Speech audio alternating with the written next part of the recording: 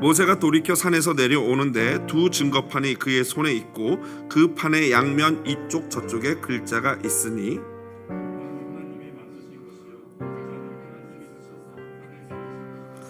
여호수아가 백성들의 요란한 소리를 듣고 모세에게 말하되 진중에서 싸우는 소리가 나나이다.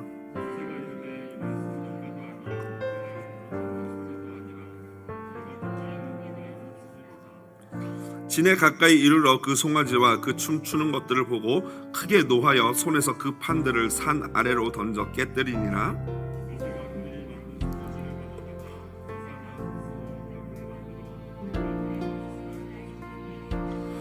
모세가 아론에게 이르되 이 백성이 당신에게 어떻게 하였기에 당신이 그들을 큰 죄에 빠지게 하였느냐?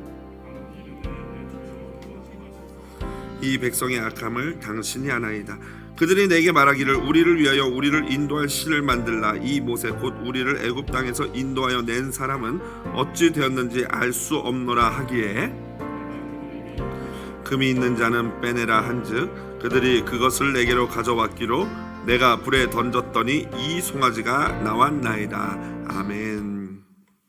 출애굽기 32장 15절로 24절 본문 말씀 가지고요, 구제불능의 신부라는 제목으로 말씀의 은혜 나누도록 하겠습니다.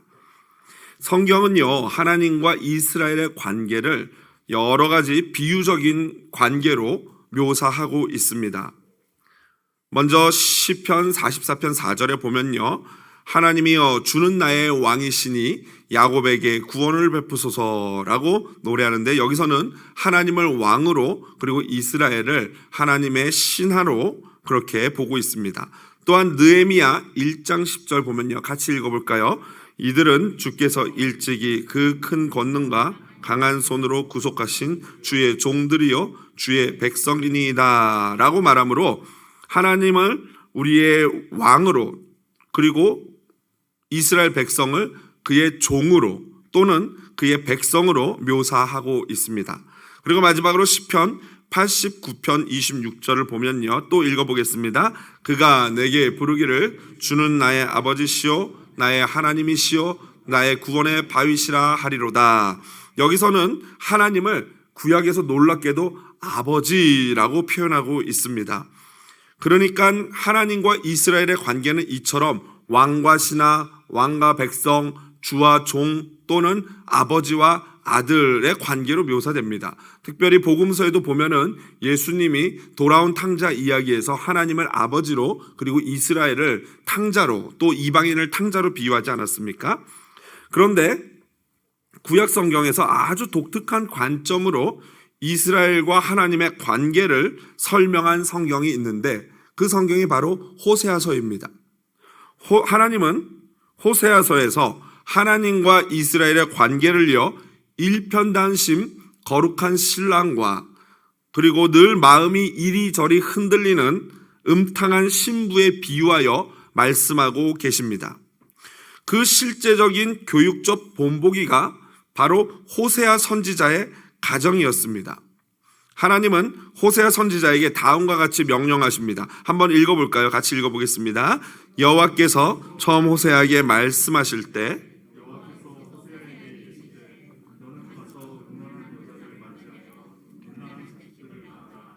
이 나라가 여호와를 떠나 그게 음란함이니라 하시니, 원래 이스라엘의 율법에 의하면요, 선지자나 제사장은요 음란한 여자와 결혼할 수 없습니다. 순결한 처녀와만 결혼하게 되어 있는데, 이상하게도 하나님은 선지자인 호세아에게 이런 율법에 어긋나는 명령을 하고 계시는 것입니다.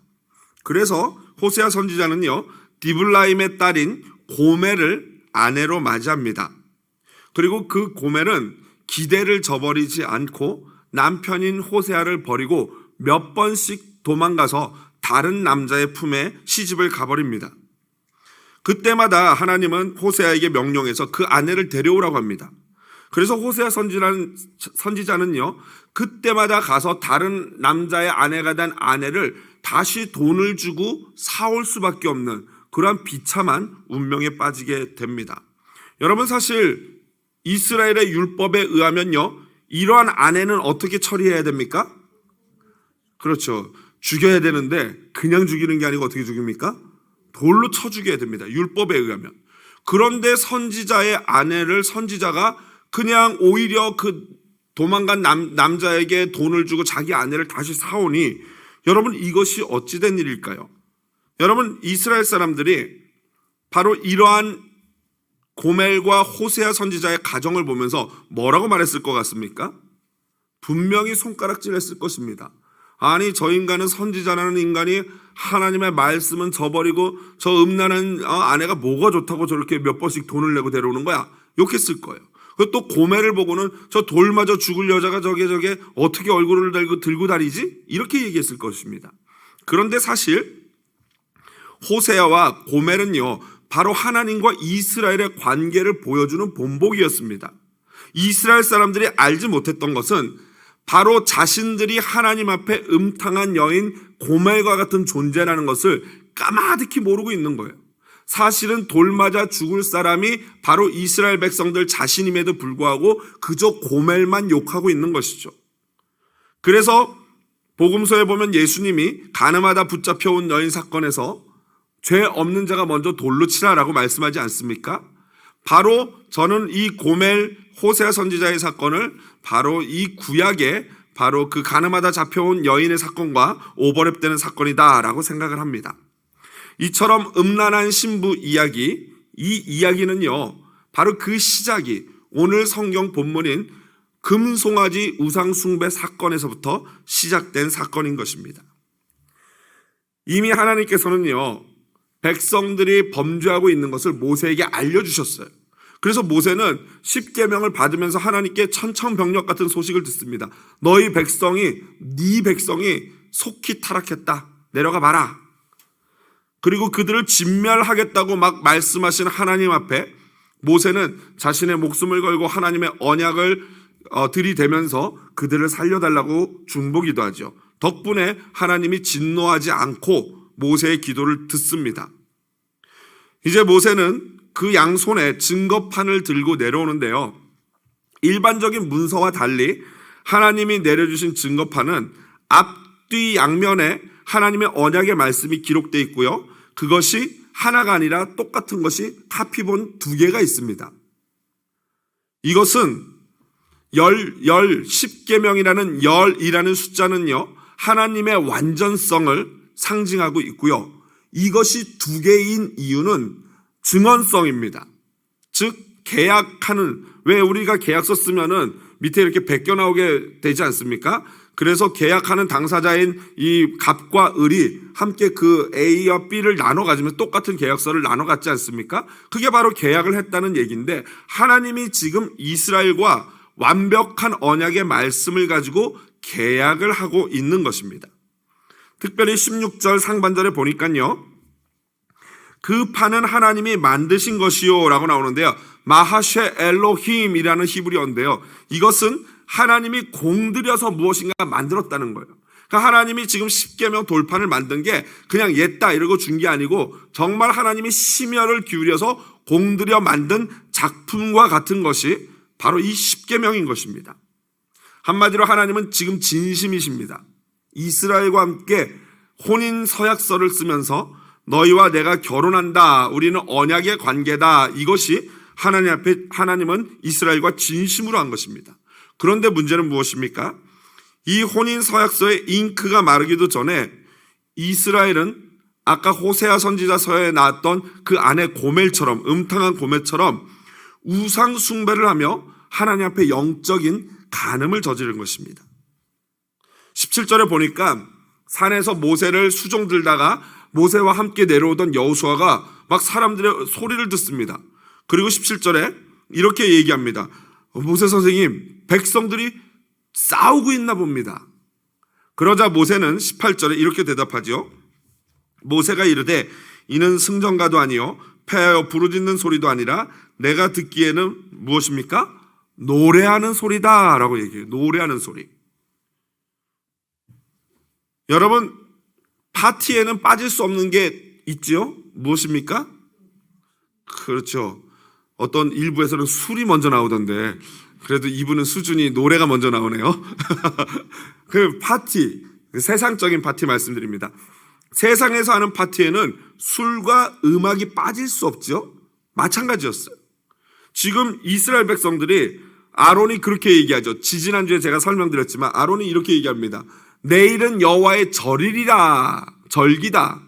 그러면서 여호와를 예배하자면서 금송아지 세워놓고 이 사람들이 예배하는 신용을 하고 그리고 나서는 음악 쾅쾅쾅 하면서 먹고 마시면서 술 마시면서 파티를 여는 거예요. 난장판의 파티. 그러면서 노래 막 북치는 소리 궁궁궁 하면서 막 우퍼 스피커 울리듯이 소리가 나면서 노래를 하면서 막 춤추고 음란한 성적인 행위를 하는 그러한 난장 파티를 열었던 것입니다. 여러분, 음악이라는 것이요, 하나님이 창조하신 창조물입니다. 음악가들이 음악을 작곡하지 않습니까? 그런데 그들이 창조해내는 게 아니고 이미 하나님이 만들어 놓으신 여러 가지 소리들, 이런 소리들 있지 않습니까? 이런 것들을 잘 배열해가지고 음악을 만들어내는 거예요. 그러니까 음악은 창조해내는 것이 아니라 하나님이 창조한 음악들을 잘 배치하는 것 뿐이죠. 그래서 음악은 하나님의 창조물입니다. 그런데 이 음악은 하나님이 창조하셔서 가장 먼저 천상에서 루시엘이라는 천사장을 지었는데 그 천사장에게 이 음악을 맡깁니다. 이게 성경에 어디 나와 있냐고요? 성경에 이게 쭉 이렇게 기록되어 있는 게 아니라 여러 가지 구절들이 있는데 학자들이, 신학자들이 그것들을 뽑으면서 모든 성경을 이렇게 꿰어볼 때 정리된 신학적인 내용이죠. 보면은 예를 들면 에스겔서 28장 13절 14절 한번 볼까요? 같이 한번 소리내어 읽어보겠습니다. 내가 지음을 받던 날에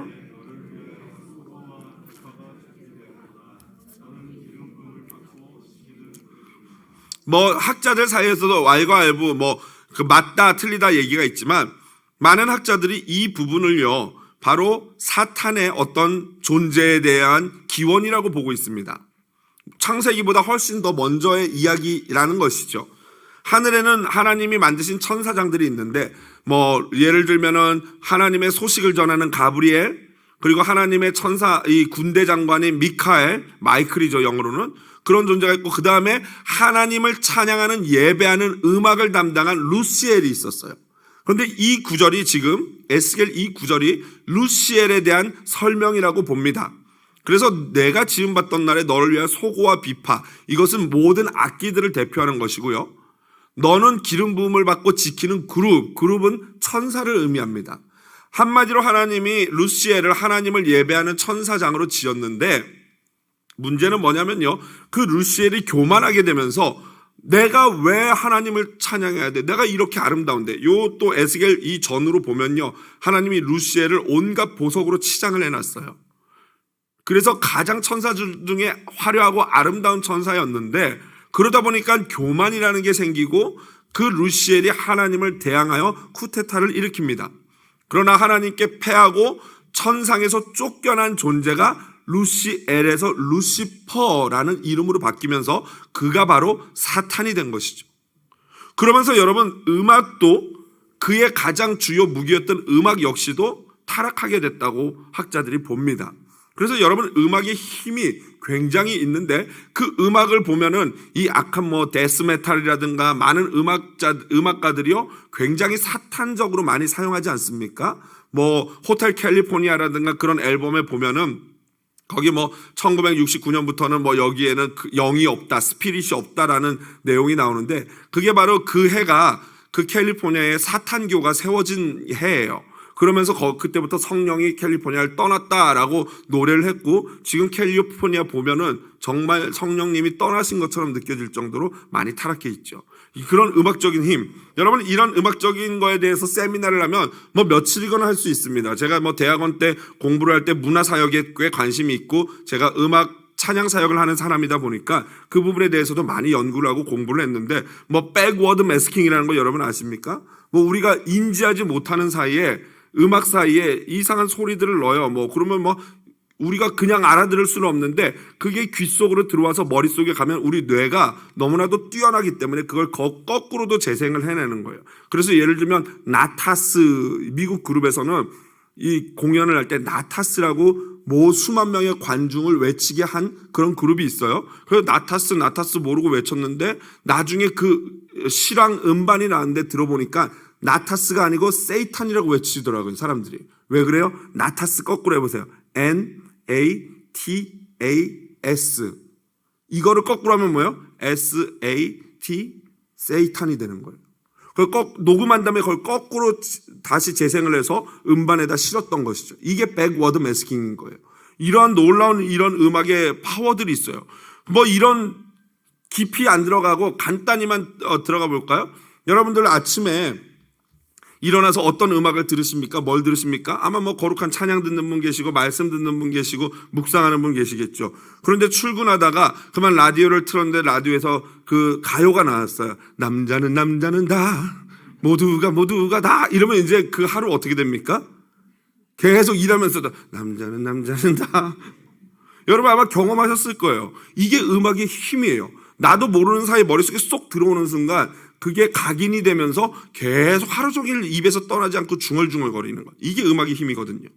그러니까 이 음악이 얼마나 무섭고 큰 힘을 가진 것인데 이 음악의 원래 목적은 뭐냐면은 모든 창조물들이 똑같은 목적을 갖고 있는데 그게 뭐냐면 바로 하나님의 영광을 위한 것인 줄로 믿습니다. 그런데 이 음악이 사탄이 타락하면서 음악까지도 따라가면서 다시 음악을 우리가 뺏어와야 되는 그러한 상황이 된 거죠. 그래서 여러분 중세시대 때 모든 음악은 어떤 목적을 가지고 만들어졌어요?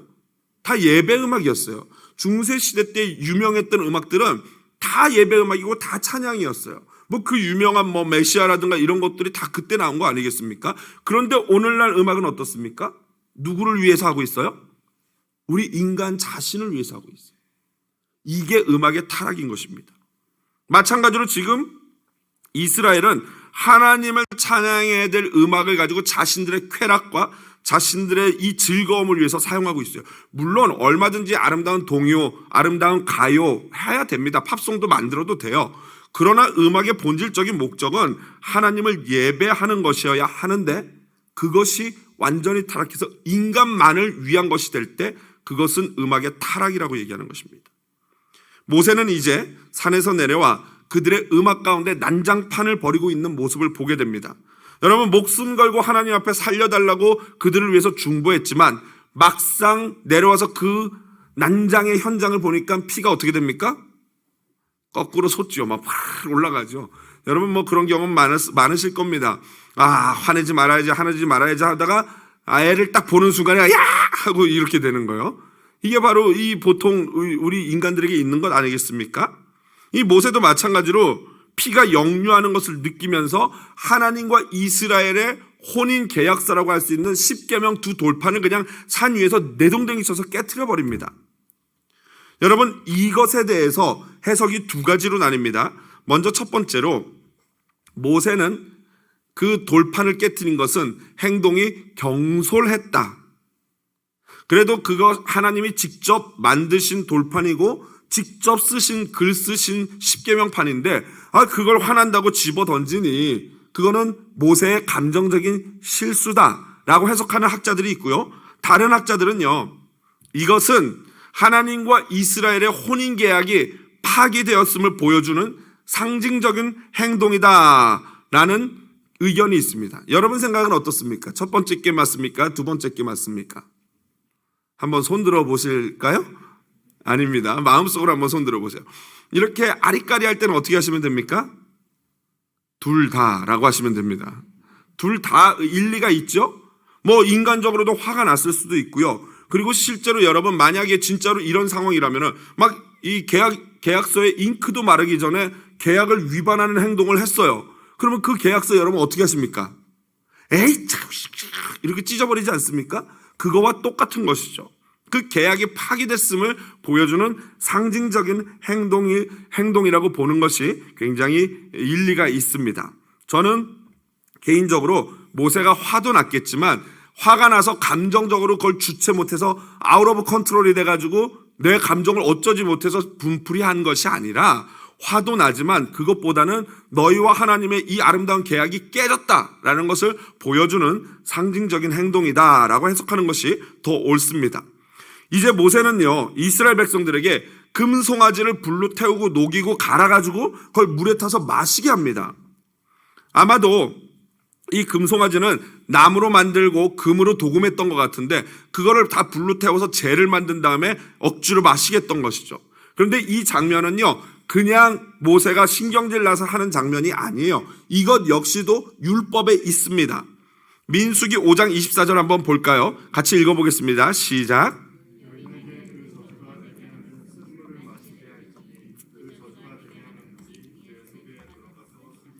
이 장면은요, 민수기 5장 11절에서 31절에 나오는 소위 저주의 물이라는 율법인데요. 이 내용이 이렇습니다. 만일 어떤 남편이 아내의 정결을 의심해요. 결혼을 했는데 이 아내가 분명히 바람을 피는 것 같다, 불륜을 저지르는 것 같다. 그럴 때는 이 남편이 아내를 데리고 제사장에게 옵니다. 그래서 2차 조차에서 내가 아내를 의심합니다, 좀 알아봐 주세요 라고 하면은 제사장이 어떻게 하냐면요, 거룩한 물을 떠가지고 성막 바닥에 있는 더스트, 그러니까 먼지를 조금 집어가지고 한 소끔 집어서 물에다 탑니다. 그리고 여자에게 아멘 아멘하게 하는데, 만약에 네가 범죄를 했으면 이 물을 마시고 나면 배가 불러오고 허벅다리가 부풀어 오면서 너는 하나님의 저주를 받아 죽을 것이다 라고 얘기하면 여자가 아멘 아멘 하고 그 물을 마십니다. 그러면 이제 그녀가 죄를 범했으면 실제로 그런 저주가 임하는 것이고, 그녀가 죄를 짓지 않고 남편의 쓸데없는 의심이라면은 그냥 아무 일이 없게 된다는 거예요. 여러분, 이 저주의 물 이거에 대해서 어떻게 생각하십니까? 저는 되게 의아한 생각이 들더라고요. 아니, 여자들한테 꼭 이렇게까지 해야 되나? 그런데 가만 생각해 보니까 이게 그 당시 문화에서는 하나님이 굉장히 여성들을 보호하기 위한 장치였다라는 것이죠. 왜 그렇습니까? 여러분 생각해 보세요. 성막의 바닥에 있는 흙 조금 해가지고 물 해서 먹으면은 뭔 일이 일어날까요? 안 일어날까요? 아무 일도 안 일어날 확률이 크죠? 아니, 성막 바닥에 그냥 흙 바닥에 있는 조금 흙을 집어서 물에다 넣어서 마신들, 그게 무슨 독약이 되겠습니까? 그런데 만약에 진짜 하나님이 거기에 간섭하셔서 그녀가 죄를 범했다면 무슨 일이 또 일어나겠죠. 그러니까 일반적으로는 그 물 마신다고 해서 별일이 안 일어난다는 거예요. 그리고 실제로 그 문화 시대에서는 여자들이 그런 나쁜 행위를 할 수 있는 문화가 쉽지 않지 않습니까? 왜냐하면 그랬다가 돌 맞아 죽고, 실제로 너무나도 강력한 가부장적인 사회이기 때문에 사실 여성들이 그런 일탈을 하기가 쉽지 않아요. 그러니까 하나님의 이 법은 괜히 쓸데없이 오해받고 의심받는 아내에 대해서 하나님이 보호해주는 그런 장치라고 생각을 합니다. 그래서 의처증 있는 남편이 막 괜히 이 아내가 잘못도 안 했는데 막 의심하면 가가지고 물 한 잔 쫙 들이키고 아무 일 없으면 봤지, 괜찮지 하면 남자의 마음이 어때요? 아무것도 없었구나 라고 편해지면서 그 가정이 유지되게 하는 하나님의 어떤 그런 좋은 장치가 아니었을까라고 저는 생각을 합니다. 여하튼 지금 모세가 하는 이것이 바로 이 저주의 물이에요. 신랑이신 하나님을 놔두고 쓸데없는 우상 숭배를 한 자들에게 그 죄의 값을 마시게 하는 겁니다. 죄값을 치러야 되는 거죠.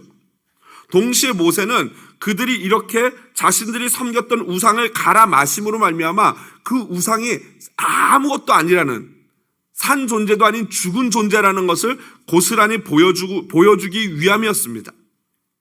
이처럼 죄는요, 하나님과 인간의 언약을 파괴하고 그 결과는 죄를 범한 자신이 받게 되어 있음을 기억해야 합니다. 이제 21절부터 24절을 살펴보면요, 모세가 자신의 형인 지도자 아론을 추궁합니다.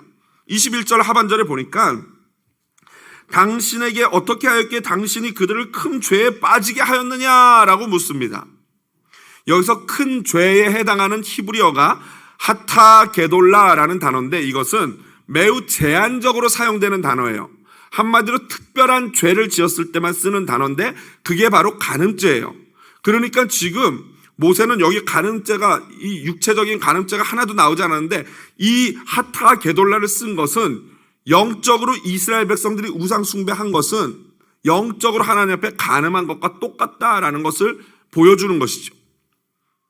이에 대해서 아론이 답변을 하는데, 여러분 이 아론의 답변을 들으면서 정말 허탈하지 않습니까?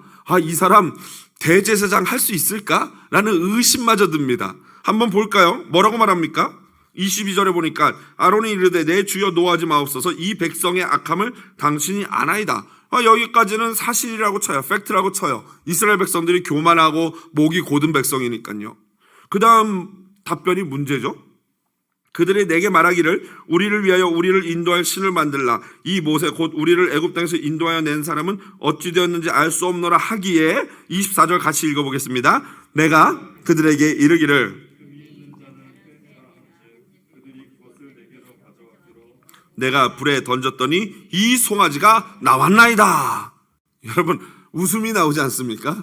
이거 옛날에 뭐 할 때 뭐 가슴을 치니까 퍽 하고 쳤더니 콕 하고 죽었다 뭐 이런 변명과 똑같은 것 같아요. 아니 금을 던졌더니 불에다 던졌더니 금송아지가 나왔대요. 이게 말입니까 방부입니까? 죄송합니다. 말도 안 되는 얘기죠. 여러분 여기서 지금 그 아론의 답변에는 큰 두 가지 문제가 있어요. 하나는 22절에 보니까 책임 회피죠. 죄에 대해서 핑계를 댑니다. 내가 잘못한 것은 다 없고 그 백성들이 그래가지고 내가 어쩔 수 없었다. 가정으로 치면 아내 때문에, 남편 때문에, 애들 때문에 뭐 이렇게 핑계를 대는 거예요. 지도자로서는 아주 형편없는 답변이죠. 그 다음 24절에서 두 번째는, 첫 번째가 책임 회피라면 두 번째는 변명입니다. 아니 뭐 금을 던졌더니 이 송아지가 툭 하고 나왔다. 거기에는 자기 잘못은 아무것도 없다는 변명 아닙니까? 거짓말 아닙니까?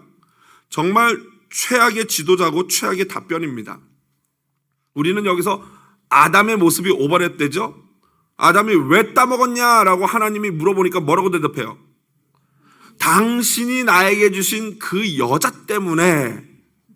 이건 그때부터 시작된 죄악입니다. 요즘 저는요, 내년 초에 우리 한국의 대통령 선거 있지 않습니까? 그래, 죄송하지만 제가 이제 우리 아버님 어머니들 앞에서 죄송하지만 이제 나이가 살짝 조금 드니까 옛날에는 정치 너무 관심 없었는데 요즘은 자꾸 이 귀가 이렇게 기울어지고 나라 걱정을 하는 것 같아요. 걱정하지 말고 기도를 해야 되는데 여하튼 그 대통령 선거 이 후보자들 토론회 하는 거 보면 여러분 어떻습니까? 속이 시원합니까? 참으로 답답하지 않습니까? 뭐 이거 잘못했지 물어보면 뭐 이랬네 저랬네 이랬네 너는 막 이러고 너는 안 그랬어 뭐 이러고 그래서 저는 그걸 보면서 이 지도자 중에 딱 뭐 잘못했지 했을 때 쿨하게 그건 내가 잘못했고 내가 인정한다. 앞으로 안 그럴게. 이거는 내가 이렇게 바꾸겠다. 그렇게 말하는 사람이 있으면 난 그 사람이 여당이건 야당이건을 떠나서 찍어주고 싶을 정도예요. 여러분 지도자가 실수할 수 있습니까? 없습니까?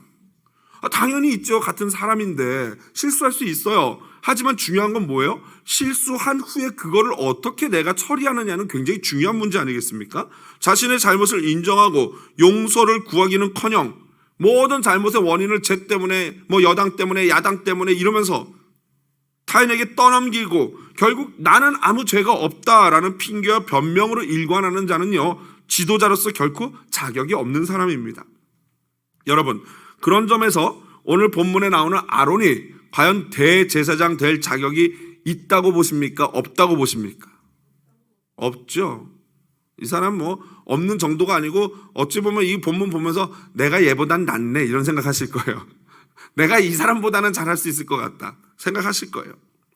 그런데 여러분 아시다시피 그 이후에 아론이 대제사장의 직분 잘 감당했습니까? 못했습니까? 잘했어요. 끝까지 잘 감당하고 하나님의 부름받아서 죽었어요.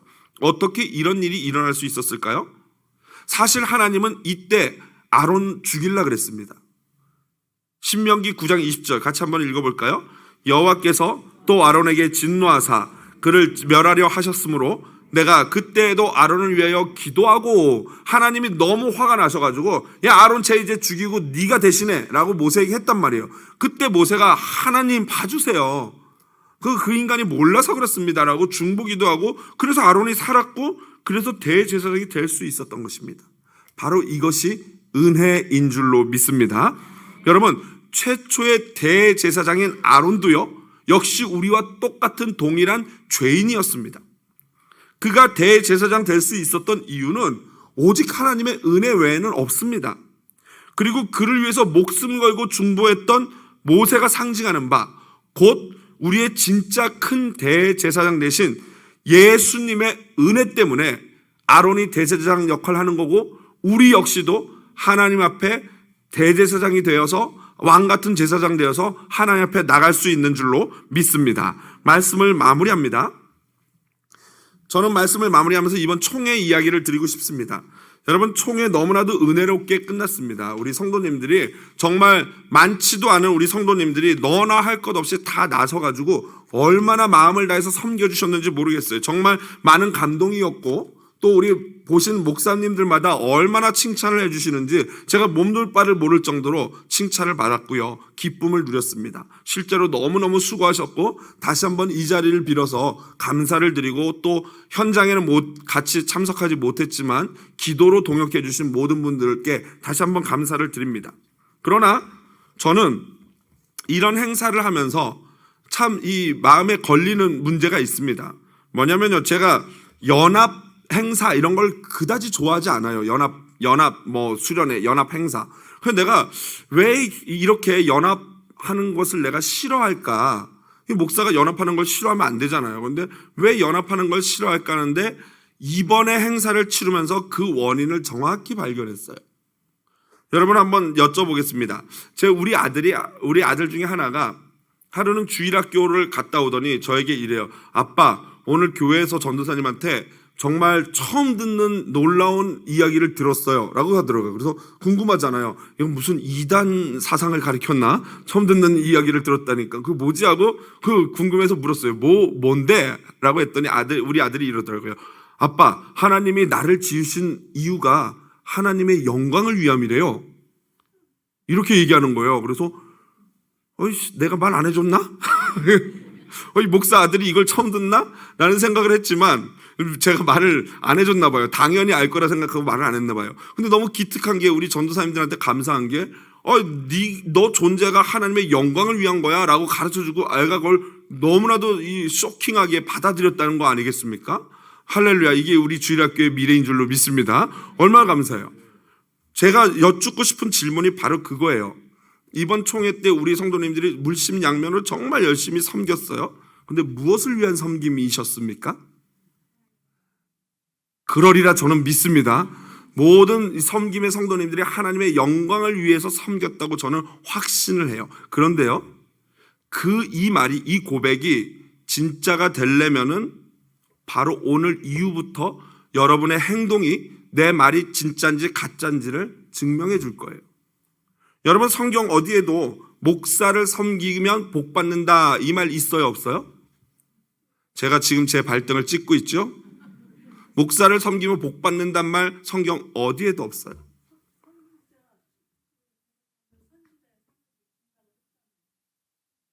선지자가 목사인가요? 죄송합니다. 선지자는 목사가 아니에요. 목사는 전혀 다른 거예요. 다시 그거는 개인적으로 권사님 저랑 얘기하시고, 선지자와 목사는 다르고 제사장과 목사도 달라요. 목사를 섬기면 복 받는다 없어요. 그런데 성경에 누굴 섬기면 복 받는다 되어 있습니까? 고아와 과부, 연약한 자들을 섬기면 하나님께서 그걸 기억하시고 복을 주신다 말씀하셨어요. 여러분, 목사님들 섬겨야죠. 목사님들 섬겨야 돼요. 그런데 중요한 건 뭐냐면 왜 섬겨요? 목사님들이 우리 성도님들 나와서 여기 다 우리 성도님들 나와서 다 무릎 꿇고 기도하고 목사님들 100명의 목사님들이 와가지고 안수를 해주니까 얼마나 좋습니까? 감사하죠. 너무 감사하죠. 그런데 만약에 우리 섬김이 그것 때문이라면은 그거는 우상 숭배와 같은 거예요. 내가 인정받음, 내가 복받기 위해서, 내가 인간관계를 더 넓히기 위해서 몰랐던 목사님 만나고 새로운 사람 만나면 참 좋잖아요. 새로운 인간관계를 만들어가면 참 기쁘거든요. 그런데 여러분, 중요한 건 뭐냐면은 그게 진짜 하나님의 영광을 위한 것이냐를 깊이 따져봐야 된다는 거죠. 진짜 하나님의 영광, 하나님을 섬기는 섬김은 나에게 무엇인가를 다시 피드백해 줄 수 있는, 축복해 주고 해줄 수 있는 그런 사람을 섬기는 섬김이 아니라 나에게 아무것도 돌아올 게 없는 그런 사람을 섬기는 섬김이야말로 진짜 하나님을 바라보는 섬김인 줄로 믿습니다. 여러분, 그런 사람 인정할 수 있어요? 내 집에서 아내나 남편이나 내 자녀는 사랑하지 않으면서 옆집에 가가지고 막 이렇게 섬긴다고 하는 이런 사람을 여러분 인정할 수 있습니까? 그건 잘못된 거죠. 연합이라는 것은 먼저 어디서부터 시작돼야 됩니까? 그렇습니다. 나의 가정, 그리고 내 옆에 있는 우리 이 교우들, 지금 이제 2학기가 시작되면서 구역이 출발합니다. 정말 내가 목사님을 나흘 동안 목사님들을 섬겼던 것이 하나님만 보고 섬긴 것이라면은 역시 동일하게 우리 안에 존재하는 우리 어린 주일학교 꼬마들 안에 존재하는 하나님, 우리 시니어 어르신들 부서 안에 존재하는 그 하나님만 바라본다면은 여러분의 섬김이 그거와 똑같이 내 구역에서 우리 주일학교에서 우리 시니어 부서에서 나올 때 그때 우리의 이 말, 나는 하나님만 보고 섬겼어요 라는 이 말이 진정이 되는 것입니다. 여러분, 그런 점에서 우리는 내가 원하지 않게 영적인 간음을 해요. 하나님만 사랑한다고 하지만 실제로 보면 인정받고 싶어서, 하나님만 사랑한다고 하지만 복받기를 원해서, 하나님을 사랑한다고 하지만 새로운 인간관계만 좋아서 섬기는 그러한 잘못된 간음적인 행위를 합니다. 하지만 여러분, 우리에게 소망이 있는 것이 무엇입니까? 모세가 그랬던 것처럼 예수 그리스도께서 우리의 더러워진 혼인 계약서를 가지고 가서 날마다 새롭게 다시 써주시는 줄로 믿습니다. 하나님, 얘들이 뭘 몰라서 그래요. 얘들이 연약해서 그래요. 하나님 진짜 사랑하는데 아직 잘 몰라서 이렇게 실수합니다. 하나님, 다시 이 혼인 계약서에 사인해 주세요. 이렇게 저와 여러분의 하나님과의 결혼 생활이 유지되고 있는 줄로 믿습니다. 그것뿐 아니에요. 우리의 생명도, 우리의 가정도, 우리의 자녀도, 우리의 비즈니스도 모두 예수 그리스도의 그 생명건 중보로 유지되고 있습니다.